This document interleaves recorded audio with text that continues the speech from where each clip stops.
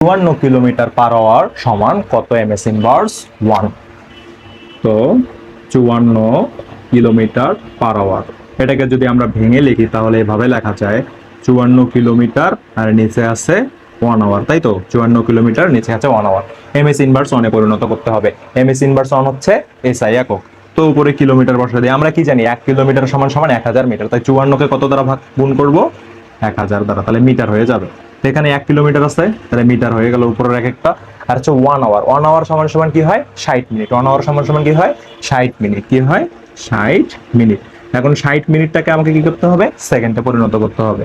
সেকেন্ডে পরিণত করলে 60 মিনিটকে যদি 60 দ্বারা গুণ করি, আমরা জানি 1 মিনিট সমান সমান 60 সেকেন্ড, তাহলে কত হবে? 6 6 3600 সেকেন্ড, তাই তো? এই 3600 দ্বারা যদি ভাগ করি, 3600 দ্বারা যদি ভাগ করি, তাহলে কি এমএস ইনভার্স 1 হয়ে যাবে। যদি এটাকে আমরা গুণ ভাগ করে দেই, তাহলে দেখা যাবে 54 গুণন 1000 বাই 3600, 15।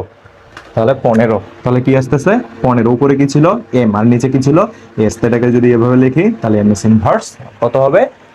15 MS inverse 1।